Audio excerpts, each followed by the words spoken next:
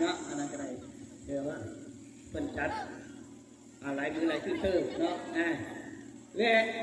สำหรับทีมงานนักแสดงเนาะแต่งหน้ามากวันนี้สบายอากาศมันเย็นได้แล้วนะ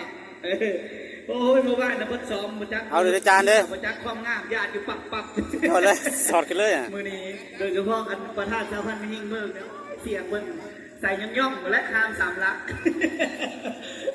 ตอนนี้ขบวนไอ้น้องนักเรียนน้องนูนักเรียนลูกหลานนักเรียนกำลังเข้าแถวเพื่อจะเตรียมขบวนพ่อทุกคนโอ้ยทีมงานเพิ่นเธอว่าในการนำเสนอนี่เพิ่นเหลือและอาจารย์ใหญ่เขาปรมาจารย์และอันนี้เ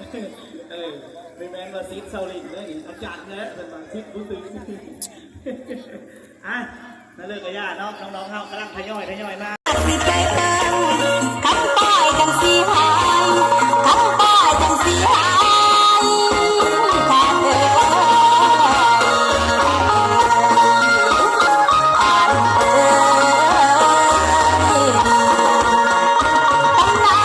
อสันนิษฐานด้วยแท้ที่จะมีผู้ที่มาทอนปันทางไหนวังกันสิถึงงงกับอะไรในสมัยเจ้ามงคลที่เก่าแห่งวีลาผู้นี้นับแต่มีระบบใหม่คนทางนั้นก็ทางคำลงแทนคำสาบเธอหายเสียงสิบดี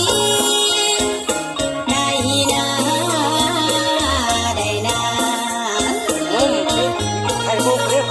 าเห็นอยู่ซูมมากเลย